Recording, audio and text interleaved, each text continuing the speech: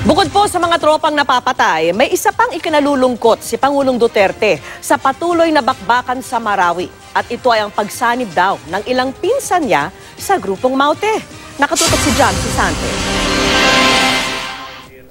Napapanot na raw si Pangulong Rodrigo Duterte sa tindi ng dinaramdam kapag nakakatanggap siya ng balita tuwing gabi ukol sa mga sundalong nasasawi sa patuloy na bakbakan sa Marawi. Sa kakamot ko, kasi hindi ka man magkamot sa harap dito sa likod, naubos. At night, I grapple, especially when I read the briefer and how many soldiers I have lost for the day. More than anybody else, ako yung naghihinakit. I really wallow in sorrow because ako ang nag-utos na pumunta dyan at makipag-away kayo. That is the moral burden that I carry all day and all night.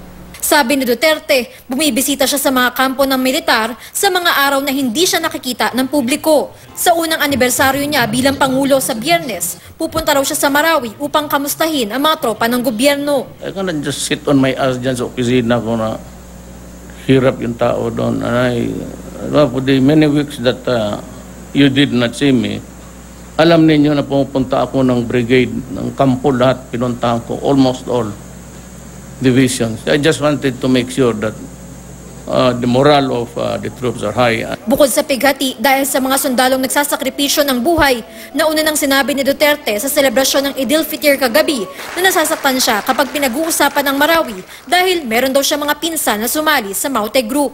May mga pinsan ako nandoon sa Maute, abakala ninyo.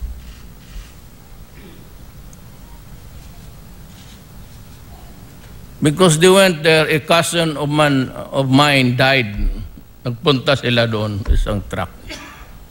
Taka nga yung mga PSG kung sino yan. Sabi ko, mga pinsan ko yan. Hayaan mo.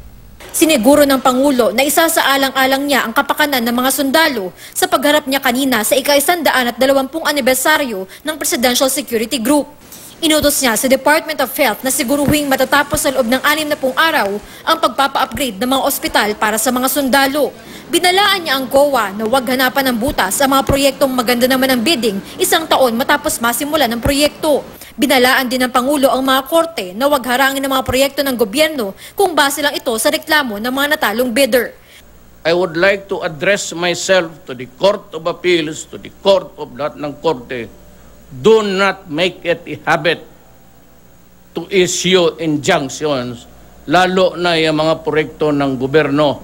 Magkagulo tayo dyan. Why? Bingin ko dito sa mga tao ko, Executive Department, huwag kayong maniwala dyan. Yan.